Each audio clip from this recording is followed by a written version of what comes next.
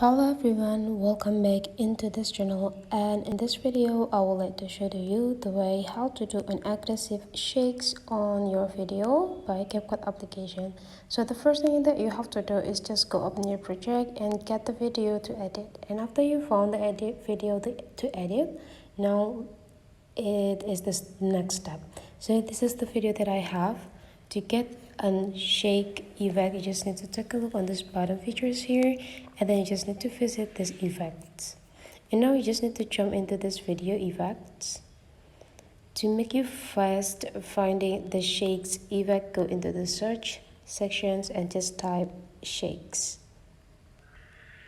and then go click search.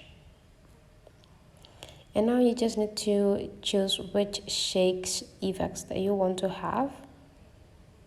Okay, now let's just do with this shakes. Just go click it, and now you can just go click again to adjust the speed and the range of the shakes that you want.